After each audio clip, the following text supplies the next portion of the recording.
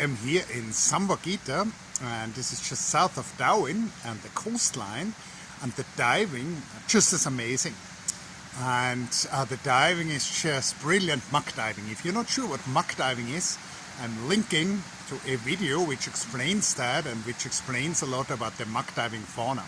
Now you can see in the back this thing here, that's Apo Island. So we're actually the closest we can be on mainland Negros Island to Apo Island.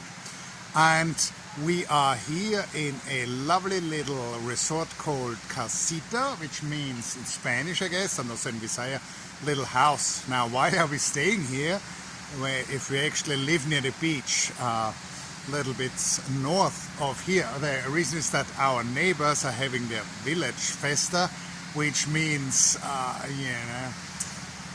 bad techno at full volume till 3 a.m. So we actually like to sleep, so we decided to have a little staycation here, and it's lovely. Now there is excellent diving here, and I would like to show you what's going on underwater here in Zamboanguita. Where is this dive site? We're looking at Negros Island from the south, or to the east you can see Cebu and Siquijor.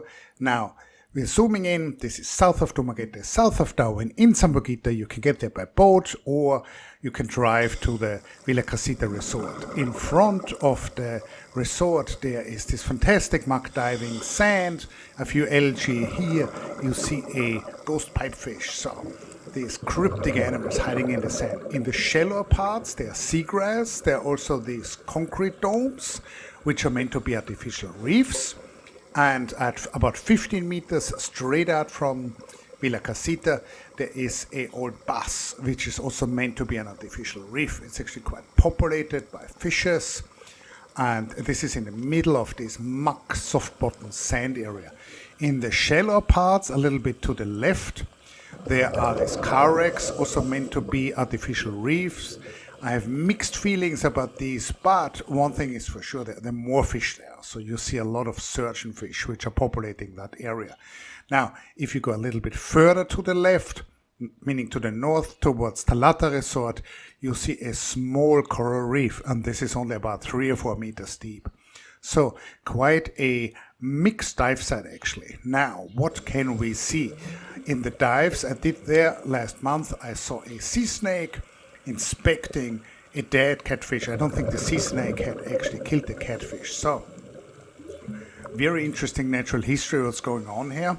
And the sea snake actually went on a breath to the water surface after taking a look at this catfish. So you will get sea snakes generally both during the day as well as at night. The seagrass is a very rich habitat if you know where to look.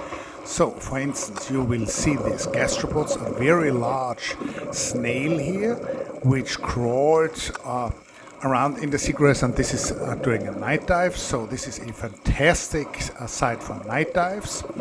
I highly recommend it, and it's also somewhat protected, so it's really also safe for night dives. It's in a bit of a bay. I also saw this helmet snail, a cassis. I made a separate video about these.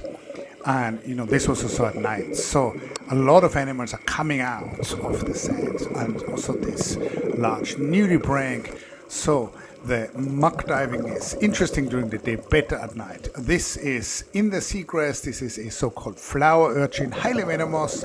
Please look, don't touch. And very interesting in a lot of the echinoderms, like in this crinoid, you have a lot of small crustaceans which live there. Of course, there are also fishes, and so you've already seen the fish in the artificial reefs, but also in the seagrass and in the sand. It's very interesting stuff. This is a cockatoo wasp fish. This is really rare.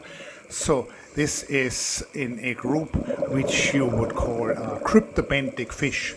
So crypto hiding and benthic living at the bottom. So this is a relative of the scorpion fishes, and the dorsal fin of this fish is really dangerous, very venomous. So, a very good dive site, easy to access. You will see a lot of really interesting fauna. If you like my raving here, check out my book, The Lives of Gobies, and check back soon for more underwater videos from the Philippines.